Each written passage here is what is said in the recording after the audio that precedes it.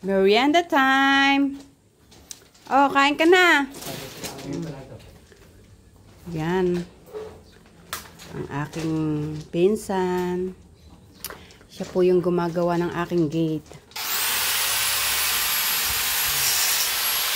Dahil ang aking gate ay yan, pangit pa. Kaya yan. Medyo nagkaroon ng konting pera. Kaya po nakakapagpagawa ng gate ngayong taon na to.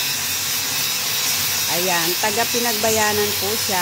Kaya sa may nakakakilala po sa kanya, pag gusto niyo po magpagawa ng gate, ayan, napakagaling po niya.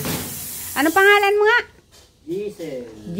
Giselle ang pangalan niya. O, kumuhay ka nga muna dito sa akin vlog.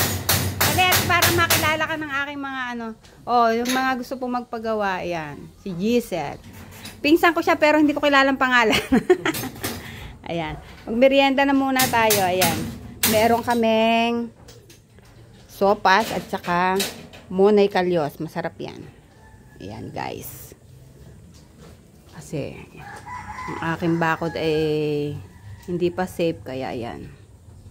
Papaayos na natin. Kaway-kaway. Kas. O yan. Sa mga gusto pong magpagawa. Ayan.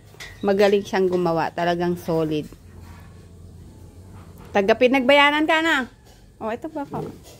Ayan. Sa mga may gusto magpagawa. Malinis po siyang tumrabaho. Ayan. Kain na muna guys. Kain tayo. Bye bye.